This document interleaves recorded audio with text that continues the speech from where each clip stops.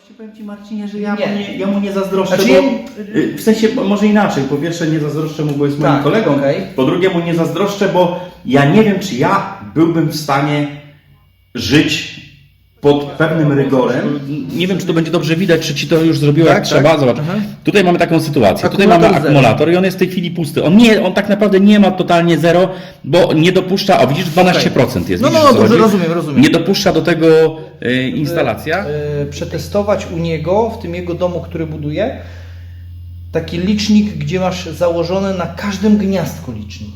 Czyli wiesz dokładnie, ile lodówka, ile pralka, ile zmywarka. No fajnie.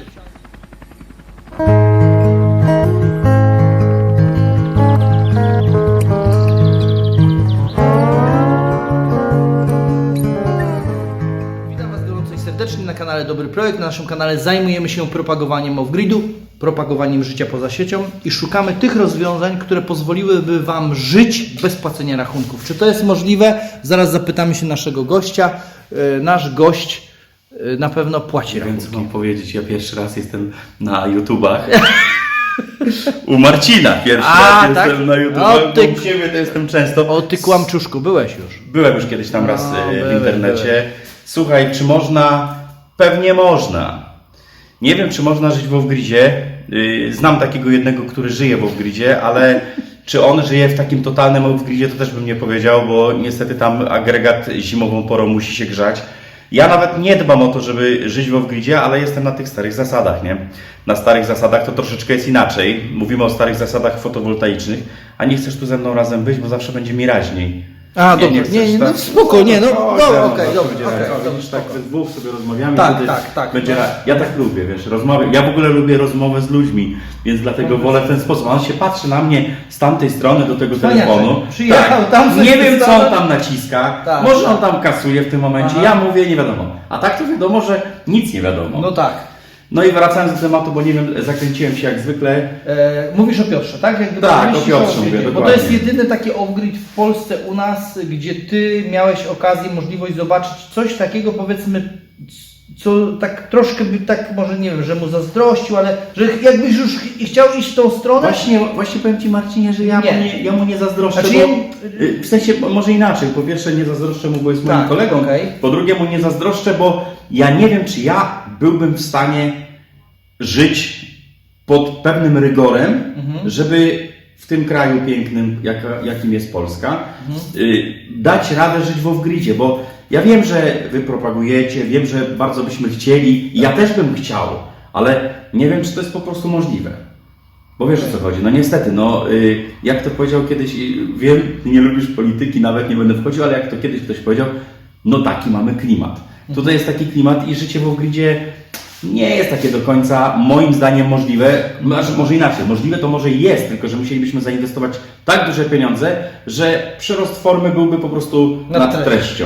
Tak ja uważam. Ja uważam, że to, w jaki sposób możemy sobie wspomóc fotowoltaiką, to w jaki sposób możemy sobie wspomóc magazynem energii pod warunkiem, jak już będą te nowe, jak to się nazywa, godzinowe rozliczenia. Znaczy NetBilling to my już mamy.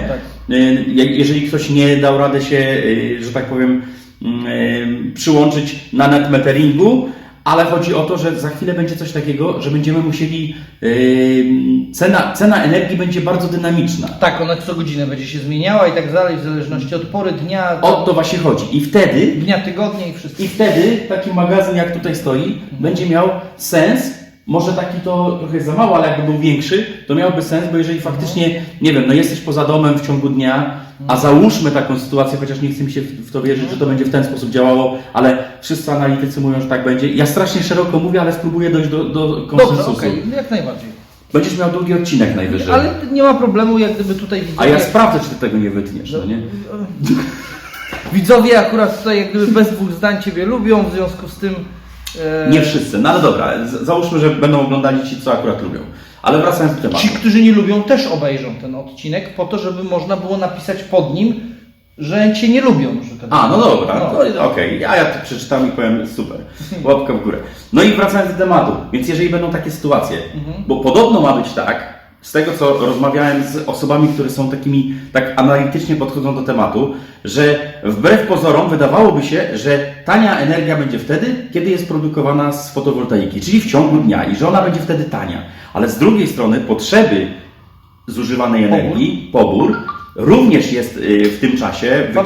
Dokładnie, dlatego że fabryki, wyłączę dźwięk, żeby nam tutaj nie przeszkadzało, fabryki wtedy potrzebują dużo energii, a my jako tacy konsumenci to jesteśmy pikusiem malutkim w tych potrzebach energetycznych, które są w kraju. Dokładnie. Więc jest duża szansa na to. Ja oczywiście to nie jest porada finansowa i to nie jest żadna porada związana... Nie korzystajcie. Nie, powiem, w ogóle z tego nie korzystajcie, absolutnie, ale gdyby faktycznie sprawdziły się te analityczne podejścia, że w ciągu dnia, wtedy kiedy nam napiernicza słoneczko, energia jest bardzo droga, a nas wtedy nie ma, bo przecież jesteśmy w pracy zazwyczaj, to wtedy taki magazynik ładuje nam się. Pokaż, może wiesz co, jak już jesteśmy, tak, no nie wiem, korzystasz, masz tam, to już pochwal się wtedy widzą, co ty tam masz, a mało z tym jeszcze, możesz nawet porobić tak na tym wyświetlaczu, że podejść te przyciski, żeby to powyskakiwało, czy to coś działa, czy nie działa. No. Żadnego wyświetlacza nie ma, ja mogę pokazać ewentualnie pokaż. Na tym, tylko nie wiem, czy będziemy coś widzieli, bo akurat byłem w statystykach YouTube'a, już poszło, już wiadomo, już teraz nikt nie powie, bo zawsze wszyscy piszą: Waldek, ile ty kasy na tym YouTubie zarabiasz, nie? Nie jest za dużo, ale i tak wam nie pokażę. No dobra, wracając do tematu. I wtedy w ciągu wieczora, nocy, z takiego magazynu możemy sobie odbierać tą energię. A tak całkiem serio, powiedz mi, ile tutaj jest? 10 kW? 10 kWh. Dobrze, a powiedz mi z tych 10 kWh, bo to jest, to są litowy, to jest litowy magazyn, czy jaki to jest? Litwę po 4, czyli... Okej, dobrze, dobrze. Pytanie jest takie, próbowałeś cały dom ciągnąć z tego? Nie próbowałem, dlatego że nie powinienem tego nawet mówić głośno, w jaki sposób u mnie to działa. Zaraz Ci pokażę, poczekaj. No właśnie, to nawet jest rozładowany. Przyjechałeś w bardzo złym czasie, wiesz? Przyjechałeś w czasie takim, kiedy nie mamy w ogóle praktycznie produkcji. Dzisiaj produkcja była zerowa, bo zobacz, nie wiem, czy to będzie dobrze widać, czy Ci to już zrobiło jak trzeba. Zobacz, tutaj mamy taką sytuację. Tutaj mamy akumulator i on jest w tej chwili pusty. On tak naprawdę nie ma totalnie zero, bo nie dopuszcza, o widzisz, 12% jest. No dobrze, rozumiem. Nie dopuszcza do tego instalacja i w tej chwili mam pobór 2,29, a dlaczego nie mogę Ci powiedzieć, czy cały dom?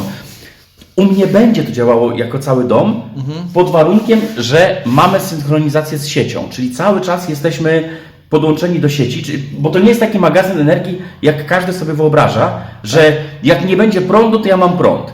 W tym przypadku niestety tak nie jest. Mogę mieć po jednej fazie i prawdopodobnie to się zmieni, a to chętnie Wam pokażę na swoim kanale niebawem, bo jakoś chyba, nie chcę na razie zdradzać kiedy, bo jak już się pojawi, to wtedy Wam to powiem. Ale wtedy będzie działało to po jednej fazie. A dlaczego też nie mogę Ci pokazać na moim domu? Bo ja mam zrobioną taką sytuację, że ja mam w zasadzie 2 domy, 2 liczniki i mam podpięte 2 instalacje. Jedna instalacja to jest ta i ta instalacja z tym magazynem energii. Zasila mi ten drugi właśnie dom i nie wiem, czy tam mam posprzątane, ale odpalam i pompę ciepła, wiesz? Dobrze. I ja sobie to tak rozwiązałem, dlatego, że mniej więcej około 10 MWh. To jest pompa, którą Ty założyłeś pewnie wiele lat temu, tak się domyślam. No 2, 3, prawie 3 lata temu. Polecasz? Pewnie, że tak. Znaczy ja w ogóle polecam pompę. Po prostu polecasz. Oczywiście, że tak. Jestem za, ale wróćmy na chwilę tam. Dobrze, a możemy zerknąć jeszcze, bo widzę, możemy, ale wrócimy tutaj. No dobrze. Chodź tam, bo tam jest ważniejsze. Dobra, Chcę wytłumaczyć się, żeby każdy zrozumiał co chodzi. A tutaj mam właśnie się już wyłączył, już dawno, zdechł. Ale się nie zepsuł. On po prostu teraz nie działa, bo już słońca nie ma, więc on oszczędza energię. Właśnie chciałem powiedzieć, że tamten cholera nie oszczędza energii, bo zobacz, on cały czas migocze, dlatego, że ma magazyn i on robi coś takiego, że on jednak jest delikatnie zasilany jeszcze z magazynu. Ale wróćmy do tego tematu, czyli ten zasila mi mój dom właśnie, czyli on nie ma magazynu i zasila mi również, bo ja tutaj jakby wykorzystuję na potrzeby domu i na potrzeby samochodu elektrycznego, który sobie tutaj ładuje, no nie? A tamten, właśnie na tamten domek, w którym tam się w zasadzie teraz nic nie dzieje, no i plus ta pompa ciepła, która sobie tam jest zasilana właśnie z tego systemu. Do tego nie mogę Ci pokazać, jak to, ale powiem Ci tak, to Ci pokażę jeszcze jedną i to będziesz miał przedpremierowo, bo to dopiero się pojawi, chociaż nie wiem, kiedy Ty puścisz film, nieważne. Przed tobą. Ja wyłapię wszystkie twoje... Całe niedzielą puścisz? Twoje wszystkie wyświetlenia ja przejmę po prostu. Nie przejmiesz. Później im powiem, że ty nie jesteś w stanie już nic ciekawego wnieść Powiedz tak. Ja i to słyszę codziennie, więc spokojnie. Wiesz, to widzisz, to jeszcze u mnie na kanale tego nie było. Jeszcze nawet nie widziała tego firma, która wypuściła to urządzenie. To jest taki liczniczek, już ci przedstawię tylko na dzień, żebyś sobie zobaczył. Liczniczek energii, który fajnie tutaj pokazuje, tylko niestety nie mam jeszcze pełnych dni, bo to dosłownie jest na dniach, już ci pokazuję. Zobacz. Średnia zużyć, coś nie tak jest. Wszystkie fazy są wszystkie. Nie, coś nie tak jest. Poczekaj, chodzi o zużycie? Tak. No nie, no to nic nie zobaczymy, bo tu mamy 1,48 kWh na jakby... W ciągu godziny? W ciągu godziny, ale właśnie nie mamy pełnych dni, dlatego będzie ciężko to pokazać, bo chciałem ci powiedzieć, że taki 10 kWh, tak, jeżeli ktoś by sobie zamontował, to na te odbieranie to zasadniczo wystarczyłoby mu to praktycznie na dzień, a nawet niektórym na 2 dni, bo nie wiem jakie ty masz zużycia u siebie w domu, ale ja na przykład, jeżeli bym nie używał pompy ciepła, tylko samo takie życie, czyli światło, nie wiem, no takie podstaw, które masz w domu. Czyli bez tych mocnych poborów. Dokładnie, to wystarczyłoby ci około 5 kWh energii na dobę. Więc to jest takie złe, wiesz, rozwiązanie tak naprawdę. Tylko zakręciłem się trochę i pewnie tutaj będziesz musiał trochę przeciąć, ale najwyżej jak puścisz w całości, to nie będziemy kolegami, nie będę odbierał telefonu, ale nieważne. Okej. Na stówę, ja to na stówę puszczę, bo to już jest, to są konfabulacje takie nam tu wychodzą, słuchaj, że będziemy mieli dużo komentarzy. Słuchaj, jedno jest pewne. Nie, bo to, co ty powiedziałeś, jest bardzo ciekawe, bo na tej aplikacji, którą ty mi pokazywałeś, można sobie u siebie w domu sprawdzać zużycie w danym cyklu dniowym i godzinowym, tak? Łącznie z produkcją. Okej, czyli dzięki temu można wyłapać, powiedzmy, i ewentualnie starać się to zmodyfikować. No to każdy tego typu miernik będzie nam coś takiego dawał. Okay. Wiesz dlaczego to będzie teraz w przyszłości? Ja wiem, że już jesteśmy bardzo szeroko, odeszliśmy od magazynów do miernika, ale nie wiem, na pewno słyszałeś, że będą limity, ktoś nam powprowadzał limity, ile ty możesz teraz zużywać energii w ogóle. Że cena przekroczy jak nie... Dokładnie. Dlatego ja myślę, że jedynym takim rozwiązaniem rozsądnym to będzie się troszeczkę pilnowanie, no bo wiesz, to nie będą jakieś niesamowite różnice później między tą droższą a tańszą energią, ale jeżeli jest możliwość zaoszczędzenia, no to za te parę stówek zakładamy sobie jakiś mierniczek, na którym sprawdzamy, jak wygląda nasza sytuacja, bo tam nam zlicza od razu, ile żeśmy przez rok zużyli tej energii i przynajmniej będziemy mieli świadomość, jaka jest sytuacja, no. Waldek, słuchaj, ja Ci powiem, ja powiem Ci bardzo fajną, ciekawą informację odnośnie tego, że Maciej z kanału Hollywood dostał taką propozycję, nie chcę mówić nie tutaj do dorzucenia. no ale chodziło o to, czy nie byłaby możliwość jak gdyby, żeby przetestować u niego, w tym jego domu, który buduje, taki licznik, gdzie masz założony na każdym gniazdku licznik. Czyli wiesz dokładnie, ile lodówka, ile pralka, ile zmywarka, ile czajnik. Temat. Słuchaj, wiesz, każde gniazdko, czyli każde te miejsce, w którym pobierasz tą energię... To nie jest trudne nawet, bo jakbyś sobie porozmawiał z Bartkiem, Smart Dom, znasz Bartka? Kojarzysz. No to Bartek na przykład bardzo lubi te tematy i to właśnie propaguje. I to jest żaden problem w tego typu systemach smart domowych, bo tam jest tak, że każde urządzenie ma możliwość od razu liczenia, ile tak naprawdę energii jest pobieranych. Jest bardzo fajny temat, tylko że czy nam jest aż tak bardzo to potrzebne? Mi się wydaje, że jeżeli będziemy mieli zbiorczo, to już chociaż z drugiej strony możemy sobie wyłapać urządzenia, które nam coś bróżdżą. Producent nawet czasami, no dobra, już nie chcę mówić, że specjalnie celowo tam zaniżył tak, na tej etykiecie, bo w to nie wierzę akurat. Nie, no natomiast on tego by nie zrobił. Nie może to. Nie, on tego nie. Nigdy w życiu. To jest... Mowy nie ma. Nie. Czy uważasz, że oni by oszukali? Nie. No to dlatego mówię, to nie ma takiej opcji. No to wystarczy przeczytać etykietę, później sprawdzić to na liczniku. Oczywiście. I jak się okaże, że jest wszystko tak jak na etykiecie i tak samo będzie na liczniku, to wtedy mieliśmy rację. Dokładnie. Mówiąc, że to jest niemożliwe. Czyli to się nie będzie zgadzało, tak? Dobrze rozumiem? Że będzie się zgadzało z tego czytnika, z tą etykietą na każdym urządzeniu, to znaczy, że my mamy rację, mówiąc, że nikt nigdy nie oszuka tam na tym Marcin, kanale. tak zakręciłeś, po prostu chciałeś powiedzieć, że oni oszukują, tak? Nie. Dobra, nazwij to po imieniu, no.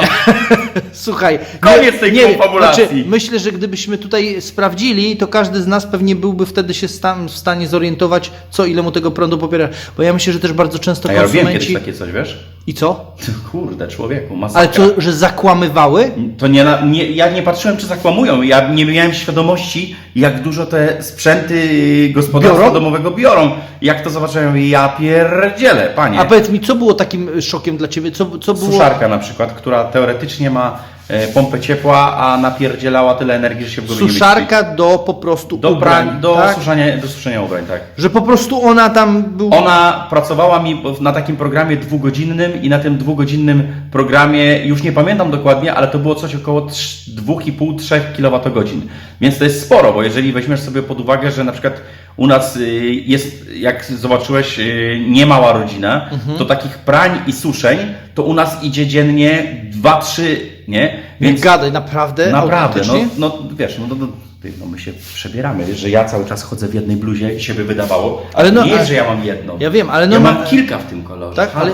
ale nie było czysty. Normalnie No przyszedł- normalnie takie, że wiesz, że uprana Oprany, był. oprany? Normalnie tak i proszek był i wszystko było. I woda, no. Elegancko. I to się suszyło. I właśnie to się suszyło i ta bluza cały czas zyskuje na wartości, rozumiesz? A? Jak ja bym ją teraz chciał sprzedać, to ja nie wiem, ile musiałbym za nią wziąć, bo jak ja wezmę, ile razy była suszona, prana. Dobra, głupoty gadamy, przejdźmy do Dobrze, pożycia. proszę, prowadź w takim razie. Ja coś stanę z tej strony. Dobrze, okej, tak? No. Pytałeś mnie o pompę ciepła. Tak. Mhm. Czy bym polecił? Poleciłbym. I chyba nie wiem, czy nie poleciłbym bez różnicy jaką. Dlatego, że z tego, co się troszeczkę tak zorientowałem, tutaj nie wiem, czy nie robię sobie takiego malusieńkiego strzału w kolano, ale ostatnio odwiedziłem kilka firm. Zapraszam na filmy, tam są pokazane te różne produkty różnych firm. I wiesz o tym, że W razie czego na ten kanał. znajdą cię w razie czego widzowie po tym tutaj, tak? Okej. Dobrze, ale wyprana to czytelny napis. Dobrze. I co się okazuje, że w większości, oczywiście nie mówimy o jakichś takich totalnych, wiesz, Chińczykach, takich, Tak. wiesz, takich, co to już tam, nie wiem, składane w garażu i klejone taśmą, ale jeżeli mówimy o jakichś takich, że ta karta katalogowa trzyma swoje parametry, tak, to w większości przypadków w środku, jeżeli chodzi o sprężarki, to są 3 firmy na świecie, które tak naprawdę produkują sprężarki, więc to się tylko różni jakimiś algorytmami, czyli nie wiem, jakaś firma sobie zaprojektowała, że defrost ma się pół godziny później włączać, czy coś tam na przykład, no nie? Tak patrzysz, nie wiem, co tu chciałeś zobaczyć, ale okej. Chciałem urozmaicić po Rozumiem, prostu to tak. przebitka była, dobrze. Tak. Więc tak naprawdę to ludzie się strasznie boją pomp ciepła. W ogóle pewnie będziesz miał z tego jakiś kolejny odcinek, bądź jakiś wątek nowy, ale ja Ci powiem, dlaczego w ogóle zacząłem prowadzić kanał, bo nigdy o tym w sumie nie wspominałem, a powiem, że chodziło o to, nawet nie chodziło o fotowoltaikę, bo najpierw miałem fotowoltaikę, później miałem pompę ciepła. I jak ja zobaczyłem, jak mnie straszono, jak ja słyszałem, że ola Boga, założysz Pan pompę ciepła, to tragedia, to już rachunek, nie, to w ogóle bierz kredyt od razu, skok Stewczyka i te inne tam, wiesz, takie najgorsze i zgarniaj kasę w walizki i możesz już spokojnie biec.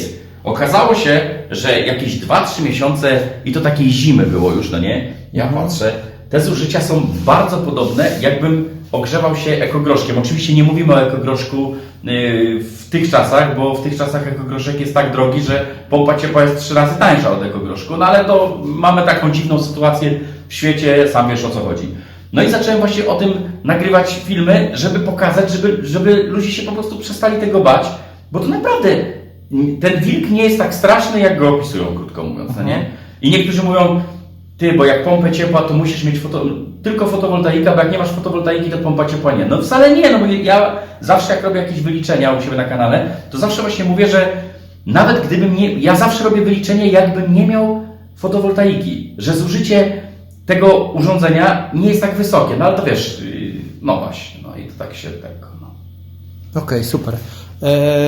Dobrze, czyli z tego co rozumiem, mamy przekaz taki, że spokojnie możecie korzystać z pompy ciepła Waldek tak mówi i tak mówi, że w środku w tych pompach ciepła mamy te 3 główne sprężarki, które zasadniczo są ubierane później pod różne nazwy, Dokładnie, marki tak, i tak dalej. dokładnie. Jedynie kwestia algorytmów, czyli kwestia No nie tylko, no wiadomo, design, wiesz, opakowanie, tam wyświetlacze. jakieś podzespoły inne, ale chodzi o tą taką bazową. Serce to w zasadzie są naprawdę, to nie robi nikt swoich jakichś sprężarek, tak? To nie jest tak, że klepią gdzieś, a sprężarka to jest taka podstaw, że tak powiem, pompy ciepła, tak? To tak jakbyś miał palenisko w piecu. To jest mniej więcej to samo. Okay. Smutno nam się zrobiło, ale niestety tak jest. No może tym miłym akcentem takim powiedzmy, że chociaż przynajmniej wiemy o tyle, że trafimy na jedną z tych 3 sprężarek, co byśmy prawie że nie kupili. Ja wiem, że za chwilę ktoś tutaj może nawet kto produkuje, wypowie się, dorzuci i powie panowie nie. Nie, to nie macie racji. Bo łącznie z tym też wtrącę 2, 3, 4 słowa odnośnie tego, że produkty Tverda w głównej mierze ich sukces tkwi w oprogramowaniu. Czyli pomimo tego, że te podzespoły one mogą być oczywiście jak najbardziej bardzo dobre, natomiast wszyscy wychwalają, testując jego rozwiązania i wychwalają oprogramowanie. Czyli ono w taki sposób czyta ten jego falownik, te wszystkie i tak dalej, że po prostu ta produkcja jest... Trochę się uśmiecham, ale powiem Ci, że jak po tej wizycie u Tverda, coś mi kiedyś tam byli, no to jakby wiesz, zapadło mi w głowie to, że istnieje taka firma gdzieś pod Toruniem o nazwie Tverd i co i raz, jak gdzieś bym nie był, albo w jakiejś firmie, pytają się. Nie to, że się pytają, tylko no bo myśmy to u pana Tverda robili, albo to jest pomysł pana Tverda. To, wiesz o co chodzi? Tak? Tego typu rzeczy. Ale że korzystali z czegoś? Korzystali, albo jakieś... Ale pozytywny był wydźwięk. Ale oczywiście, że tak. Tylko chodzi bardziej o to, że jakby ta firma powinna mieć jakieś takie, wiesz, miano wysokich lotów mocno, a jakby niewiele osób wie, że coś takiego w ogóle istnieje. A tak naprawdę w bardzo dużo różnych projektach to ma miejsce. Czy on uczestniczy w wielu projektach, a jest traktowany po macoszemu gdzieś marginalnie, twoim zdaniem? Powiedzmy, no tak jest moje trochę, znaczy może nawet nie, ja nie chcę tego oceniać, tylko bardziej rozmawiam, nie wiem, ja już nie pamiętam nawet o czym, wiesz, o jakim sprzęcie, ale coś rozmawiamy, a tutaj pada, że z Tverdem współpracowaliśmy przy tym, to z Tverdem współpracowaliśmy. Że często po prostu. Dokładnie, tak. Ciekawe, bardzo ciekawe. To trzeba byłoby z panem Michałem porozmawiać na ten temat, ale pan Michał pewnie nie jest w stanie spamiętać z kim i gdzie współpracował, bo po prostu naprawdę tego jest dużo. Tego jest dużo. No. Waldek, słuchaj, ja Ci bardzo dziękuję za to, że zgodziłeś się. Będziesz miał ciężko, człowieku, będziesz miał ciężko. Ja już wiem, że Ty tego nie zmontujesz. Nie będziesz miał jak tego zmontować. Człowieku, tam nie wiem ile tam masz już tych minut z tamtej strony. Z 3 godzin, może jak z 20 minut zmontujemy, to już tak max będzie. Będzie wszystko. Tak. Dobra, ja Ci dziękuję, że w ogóle mnie odwiedziłeś, nie? Super. Bardzo się cieszę, że znalazłeś chwilę, żeby wypić tutaj przysłowiowo z nami tą kawę i żeby chwilę... Subskrybujcie jego kanał. Nie, żartuję, oczywiście nie pijemy, bo my... Nie wiem, czy Ty pijesz? Nie, ja nie. Znaczy herbatę. No. A jak wyłączysz to? Nic? Nie, nic. Zupełnie zero? Nic, 0. No. Nic. Trzymajcie się w takim razie i gorąco oczywiście zapraszam na kanał Waldka. Myślę, że pewnie wśród naszych widzów większość oczywiście to są... Odsubskrybowała już. To są Twoi widzowie, w związku z tym, aczkolwiek gdyby ktoś nie był jeszcze u Ciebie na kanale, to zapraszam. Bardzo szczerze zapraszam na kanał Waldka. Mnóstwo sensacji. Ja też zapraszam. Trzymajcie się w takim razie. Widzimy się na kolejnych odsłonach. Cześć, hej.